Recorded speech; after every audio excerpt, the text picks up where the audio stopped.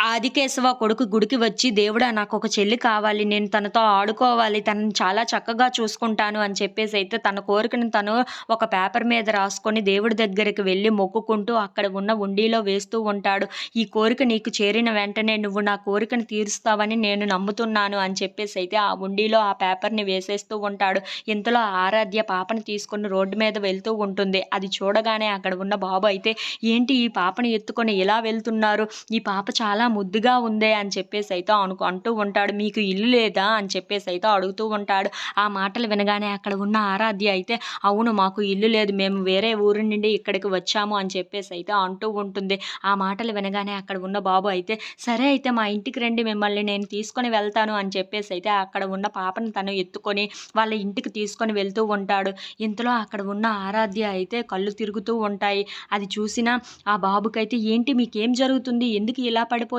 అని చెప్పేసైతే అడుగుతూ ఉంటాడు. ఆ మాటలు వినగానే అక్కడ ఉన్న ఆరాధ్య అయితే, "నీకు ఈ పాప అంటే అంత ఇష్టమా?" అని చెప్పేసైతే అడుగుతూ ఉంటాడు.